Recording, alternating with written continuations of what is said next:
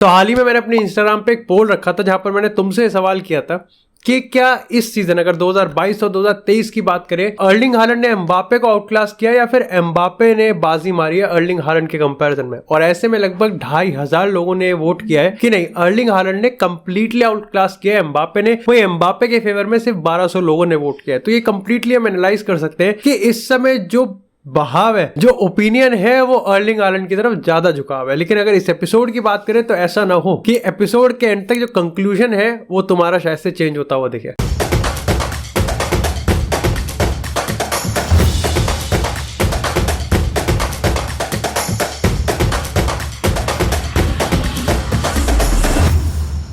21 मई 2022 ये वो तारीख थी जब एम्बापे ने ऑफिशियली पीएसजी के लिए कॉन्ट्रैक्ट रिन्यू कर लिया था। वो भी तब जब हाईली रूमर्ड था जब एम्बापे यहाँ पर रियल मैड्रिड के लिए साइन करने वाला है। लेकिन लास्ट मोमेंट पे एम्बापे ने फ्लोरेंटिनो पेरेज को मैसेज करा कि मैं नहीं आ पाऊंगा, और एक ऐसा डिसीजन लिया जिस डिसीजन में बहुत सारा पैसा था, बहुत सारा पॉलिटिकल इन्फ्लुएंस था, और कहीं ना कहीं वापिस से एक अल्टीमेट ऑब्सेशन था एम्बापे का भी और पीएसजी का भी कि दोनों को चैंपियन लीग जीतना है एक साथ। और ऐसे में इसके ठीक एक महीने बाद की बात करें तो आता है यहाँ पर जून, जब अर्लिंग हालैंड की रेस भी कंक्लूड होती है। और इस बार फिर से यहाँ पर बार्सा भी थी, रियल मैड्रिड थी, बायर्न म्यूनिख थी, इवन डॉर्टमुंड भी थी, मैनचेस्टर सिटी भी थी, और अल्टीमेटली बाजी मार जाती है मैनचेस्टर सिटी जब यहाँ पर अर्लिंग हालैंड को साइन कर लेते हैं। और पेप गार्डियोला इतने कॉन्फिडेंट थे अर्लिंग हालैंड को साइन करके कि अल्टीमेटली हर चीज अचीवेबल लगने लगती है। और आज लगभग एक साल बाद हम लोग 50 गेम दूर ये तय करने वाले हैं कि इस अगर कॉन्टेस्ट की बात करें, इस अगर कंपैरिजन की बात करें तो किसने किसको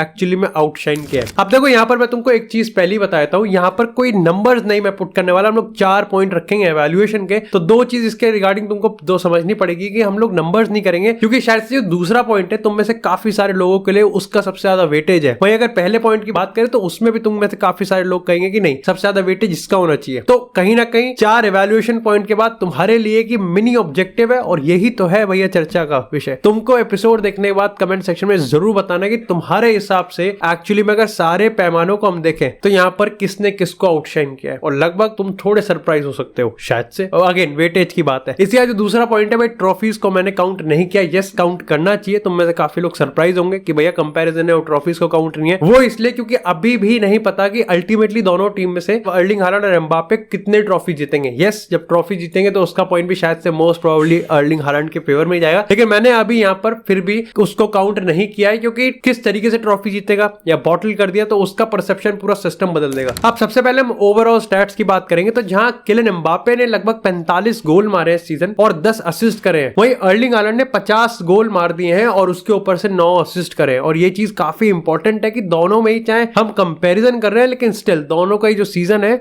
वो बहुत ही ज्यादा तगड़ा गया है। एक ऑनरेबल मेंशंस मैं कर देता हूं, जैसे करीम बेंजेमा की बात करें, मो साला की बात करें, हैरी केन की बात करें, विनीसियस जूनियर की बात करें, लियोनेल मेसी की बात करें, इनके भी अपने आप में जो नंबर्स हैं वो काफी ज्यादा इंप्रेसिव है। लेकिन अगर हम बात करें अपने पहले पॉइंट की, वो आता है यहाँ पर वर्ल्ड कप और चैंपियंस लीग। अब तुम्हें से काफी सारे लोग कहेंगे कि देखो यार, वर्ल्ड कप तो कैसे, मतलब वर्ल्ड कप तुम कैसे काउंट कर सकते हो, क्योंकि अर्लिंग हालैंड वर्ल्ड कप में खेला ही नहीं है। अब देखो यहाँ पर जो मेरा ओपिनियन है कि मैंने वर्ल्ड कप के क्यों रेफरेंस पॉइंट पे इसको पहला इवैल्यूएशन पॉइंट मेंशन किया है, वो इसलिए क्योंकि जहां वर्ल्ड कप में आप जो किलियन एम्बापे ने किया है उसको आप नजरअंदाज नहीं कर सकते। दूसरी चीज ये है कि वर्ल्ड कप का वो 30 दिन का दौर था, उसके बाद हमने तमाम देखा कि टीम्स गिर गई, कोई टीम्स गिर के उठ गई, कोई प्लेयर एक्चुअली में बहुत डाउनफॉल पे गया, तो कोई प्लेयर एक्चुअली में उस वर्ल्ड कप के मोमेंटम को मेंटेन करने में रखा। और ऐसे में मेरे हिसाब से वो 30 दिन काफी इंपॉर्टेंट थे।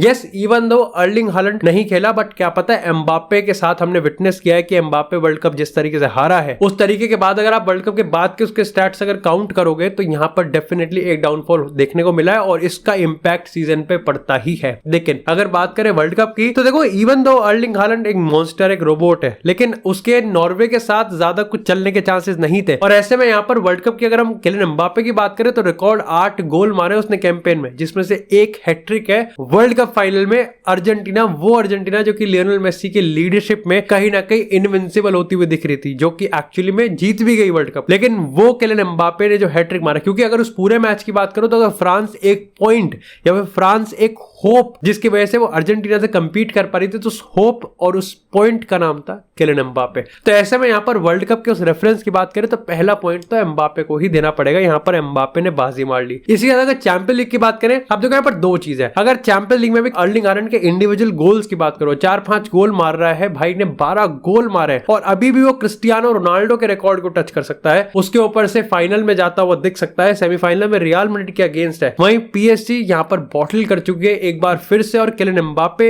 ऑफ कोर्स एक कलेक्टिव है, लेकिन कहीं ना कहीं इंडिविजुअल भी यहाँ पर इतना कुछ नहीं किया है। तो डेफिनेटली चैंपियन लीग की अगर हम बात करें तो अर्लिंग हालैंड को ही पॉइंट देना पड़ेगा। इसी के साथ बात करते हैं दूसरे पॉइंट की, जो कि मेरे को लगता है कि तुम में से मेजॉरिटी ऑफ द लोगों ने तो ये गेस कर ही लिया होगा कि अगर कंपैरिजन है तो ये बात तो उठनी चाहिए, और वो है डोमेस्टिक लीग कंपिटेंस। अब देखो ये चीज हमको समझनी पड़ेगी कि हम सबको पता है कि premier league one of the toughest और डिफिकल्ट लीग है, और लीग वन कंपैरेटिवली छोटी ही है और कहीं ना कहीं नीचे ही रहेगी, बट एग्जैक्टली कितनी, और इस चीज को प्रूव करने के लिए हम यहाँ पर नंबर्स का सहारा लेने वाले हैं। अब देखो जिस चीज को हम प्रूव करने के लिए हमने जो टेक्निक इस्तेमाल किया वो है SPI, यानी कि soccer power index. Soccer power index एक वो डेटाबेस है जहां पर लगभग हजारों टीम्स को एक ही स्लैब में रैंक किया जाता है, फ्रॉम रैंक 1 जो कि बेस्ट होती है, जो कि लास्ट रैंक की टीम होगी। ऐसे में यहाँ पर सिंपल इसलिए ये जो डेटाबेस है यूनिक इसलिए आता है क्योंकि ये सिर्फ हार जीत और ड्रॉ पे नहीं, बल्कि टीम के ऑफेंसिव एक्शन, डिफेंसिव एक्शन और तमाम पैरामीटर्स को देखते हुए यहाँ पर ये टीम को रैंक करता है। यहाँ पर अभी की बात करें तो जहां मैनचेस्टर सिटी इस समय नंबर 1 पर है, नंबर 2 पे आती है बायर्न म्यूनिख और नंबर 4 पे आती है यहाँ पर रियल मैड्रिड, फिर आती है बार्सिलोना। ऐसे में यहाँ पर हमको समझना पड़ेगा कि इसके जो की पॉइंट्स है वो इंटरेस्टिंग है। जैसे अगर रियल मैड्रिड और लिवरपूल की बात करें तो क्योंकि लिवरपूल अपने होम पे खेलेगी, ऐसे में अगर रियल मैड्रिड ने एनफील्ड पे जाके अगर गोल स्कोर किया तो उसको ज्यादा पॉइंट्स मिलेंगे। इसी के साथ अगर रियल मैड्रिड ओसासुना के अगेंस्ट 5 गोल मारती है और लिवरपूल के अगेंस्ट 5 गोल मारती है तो उसका भी इंपैक्ट पड़ता है। यहाँ पर अगर एक्सपेक्टेड असिस्ट की बात करते हैं, शॉट क्रिएटिंग एक्शंस की बात करते हैं, इन सारे तमाम पैरामीटर्स की बात करते हैं, उसके बाद जाके बनता है एक सॉकर पावर इंडेक्स। अब हमने थोड़ा ब्रीफ कर लिया, तो देखते हैं यहाँ पर लीग 1 कहां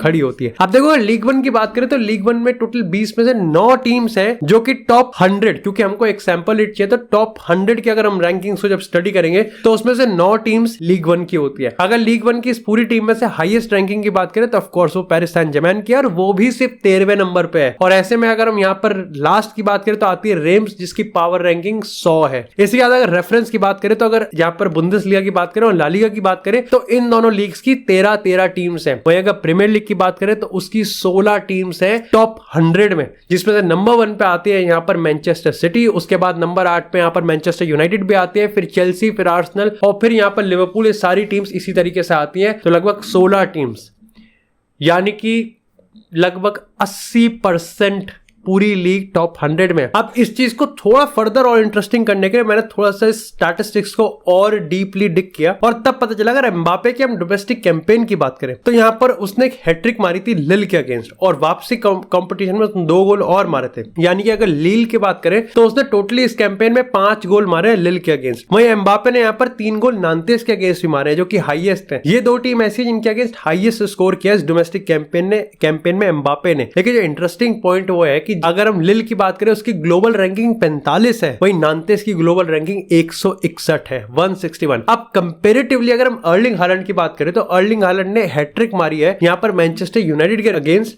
जिसकी पावर रैंकिंग 8 है। वहीं अगर यहाँ पर उसके नॉटिंघम फॉरेस्ट की बात करें तो उसने यहाँ पर हैट्रिक मारी है नॉटिंघम फॉरेस्ट के अगेंस्ट भी, वहीं क्रिस्टल पैलेस के और वुल्व्स के अगेंस्ट भी। तो वुल्व्स की जो पावर रैंकिंग है वो 61 है, क्रिस्टल पैलेस की यहाँ पर 56 है और नॉटिंघम फॉरेस्ट की 136 है। और जब इन स्टैट्स को आप थोड़ा कंपेयर करोगे तो आपको पता चलेगा कि अर्लिंग हालैंड ने ना ही सिर्फ एक ऐसी लीग में कंसिस्टेंटली परफॉर्म किया है जो कि काफी ज्यादा डिफिकल्ट है, काफी ज्यादा कॉम्पिटिटिव है, बल्कि एक्चुअली में उन टीम्स के अगेंस्ट भी उसने हाईली परफॉर्म किया है जिनकी पावर रैंकिंग बहुत ज्यादा हाई है। Which brings me to the third point, और वो आता है टीममेट्स। अब देखो कंपटीशन की बात कर ली, लेकिन अगर टीममेट्स की बात नहीं करी तो भैया देखो बात तो वो भी अधूरी रह जाएगी। अब ऐसे में सबसे पहले हम जिनको देखो ऑफ कोर्स पूरी टीम को हम एनालाइज नहीं कर सकते, लेकिन ये एपिसोड एक पूरा 2-3 घंटे का पॉडकास्ट हो जाएगा। लेकिन अगर हालैंड के टीममेट्स की बात करें तो डिब्रॉइन है, गुंडोगान है, बर्नार्डो सिल्वा है, जैक ग्रिलिश है, जूलियन अल्वारेज जैसे प्लेयर है। इसके साथ ही अगर हम यहाँ पर एम्बापे की बात करें तो मेसी है, नेमार है। अब नेमार को मैं थोड़ा यहाँ पर ओवर एनालाइज नहीं करूंगा क्योंकि वो इंजर्ड रहा है और मोर दोस्तों यहाँ पर मेसी, नेमार, एम्बापे को हमने बहुत कम एक साथ खेलते हुए देखा है। मेजॉरिटी ऑफ द टाइम हमने मेसी और एम्बापे को ही देखा है। तो मेसी है, नेमार है, वेराटी है, फेबियान रुइस है, कार्लोस सोलर है और विटिनिया है। अगर आप सबसे पहले थोड़ा सा हमको कंपेयर करना पड़ेगा। अगर आप लियोनेल मेसी की स्टैटिस्टिक्स की बात करोगे तो अगर हम नॉन पेनल्टी गोल्स की बात करें, शॉट्स टोटल की बात करें, पासेस अटेम्प्टेड की बात करें, प्रोग्रेसिव पासेस की बात करें, प्रोग्रेसिव कैरीज की बात करें, शॉट क्रिएटिंग एक्शंस की बात करें, इन सारे में लियोनेल मेसी का स्कोर 99 है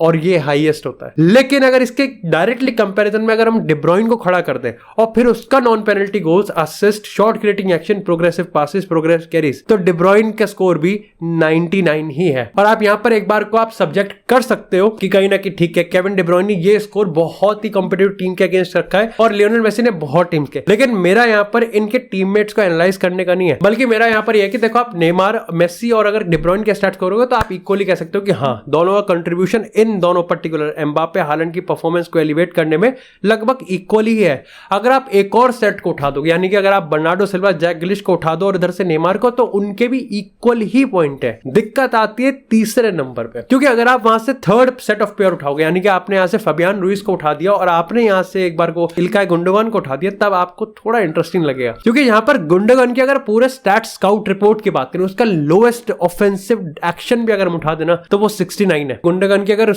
पूरी ऑफेंसिव स्काउटिंग रिपोर्ट की बात करें, अटैकिंग कंट्रीब्यूशन की बात करें, तो उसका लोएस्ट नंबर 69 है, वो असिस्ट में। और जब आप इसको डायरेक्टली कंपेयर करोगे फेबियान रुइस से, तो वो सिर्फ 36 ही है। अगर आप इसका उल्टा कर लो, अगर आप फेबियान रुइस के अगर लोएस्ट स्कोर की बात करो तो वो सिर्फ आता है 26 शॉट क्रिएटिंग एक्शंस की। लेकिन आप यही चीज अगर इल्काई गुंडोगन की बात करोगे तो वो 87 आता है शॉट क्रिएटिंग एक्शंस में। तो कहीं ना कहीं तुमको समझ में आ जाए कि जहां पहले दो पेयर में तो ठीक है, पीएसजी के भी टीममेट्स काफी सही हैं, एम्बापे के और हालैंड के भी, लेकिन जैसे ही आप तीसरे, चौथे, पांचवें पेयर पे आ जाओगे, आपको पता चलेगा कि जहां मैनचेस्टर सिटी या फिर हालैंड के अगर टीममेट्स की बात करें, उनका ओवरऑल स्कोर अभी भी 85-90 के बीच में, पीएसजी में ये बहुत सिग्निफिकेंटली गिर जाता है। यहाँ पर ओवरऑल स्कोर हम बात कर रहे हैं सिर्फ 50 या फिर 60 के बीच में। इसी के साथ यहाँ पर ये वाला पॉइंट तो एम्बापे को देना पड़ेगा कि टीममेट्स तो खराब है। इसी के साथ अगर हम बात करते हैं अब गेम इन्वॉल्वमेंट की, देखो आज के अगर मॉडर्न टाइम्स की बात करें तो जब इस चीज को तुमको समझना पड़ेगा कि हम थोड़े बायस्ड हो जाते हैं, क्योंकि आप देखो कि जब स्ट्राइकर्स की बात होती है तो सिर्फ गोल्स की बात होती है, गोल्स की बात नहीं होनी चाहिए। आज का मॉडर्न टाइम कहीं ना कहीं अडेप्टिव हो चुका है और ये हमने तमाम देखा है कि आज के अगर मैनेजर्स की बात करूं, उनकी डिमांड है, क्यों इस चीज की जरूरत है कि आपको अडेप्टिव होना पड़ेगा एक स्ट्राइकर को पढ़ने में भी, वो इसलिए क्योंकि आज के टाइम में क्या आप गोलकीपर में सिर्फ शॉट सेविंग देखते हो?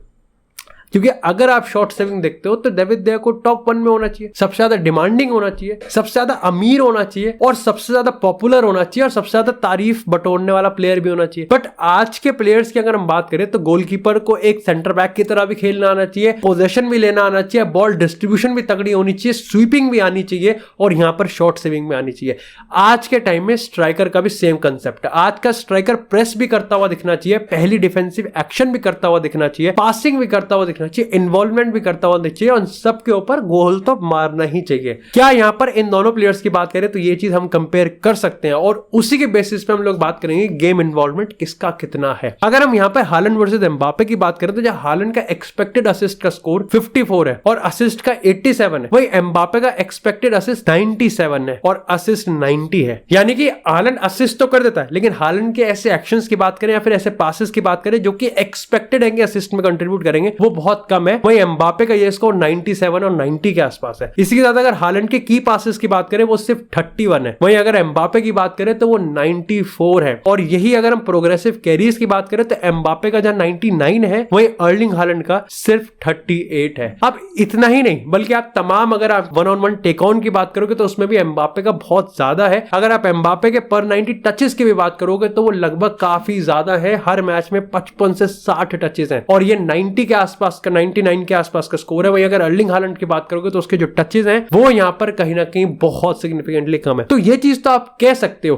कि अर्लिंग हालैंड उतना इन्वॉल्व नहीं हो पाता जितना किलियन एम्बापे हो सकता है। और दूसरी चीज आपको समझनी पड़ेगी, किलियन एम्बापे 2 पोजीशंस पे भी खेल सकता है, तो यहां पर भी एम्बापे को थोड़ा पॉइंट देना पड़ेगा। अब देखो, क्योंकि मेरे को पता है कि अल्टीमेटली यहां पर आपको लग रहा होगा कि मैं एम्बापे के साथ स्टैंड कर रहा हूं कि नहीं, एम्बापे के स्कोर और एम्बापे के स्टैट्स अच्छे हैं, बट इतना इजी नहीं है। और तभी मैंने कहा है कि जो फाइनल स्कोर होगा, जो फाइनल ओपिनियन होगा, वो तुम्हारे सब्जेक्ट के ओपिनियन होगा कि तुम किस पॉइंट को कितना वेटेज देते हो। यस, मैंने ट्रॉफीज को काउंट नहीं किया है क्योंकि अभी तक भी कंफर्म नहीं है कि अल्टीमेटली सिटी जाएगी कितना दूर और कितने क्या ट्रेबल जीत सकती है, तो मोस्ट प्रोबेबली खत्म ही हो जाएगा डिबेट। लेकिन कहीं ना कहीं डू लेट मी नो कि आपने किसको कितना वेटेज रखा है। एक पॉइंट में एपिसोड खत्म होने से पहले जरूर बोलना चाहूंगा कि एम्बापे और हालैंड दोनों में मैंने कंपेयर तो कर दिया, लेकिन हमको इस कंपेरिजन पहले ये भी समझना पड़ेगा कि इनका स्टैटिस्टिक्स एब्सोल्युटली बॉन्कर्स है।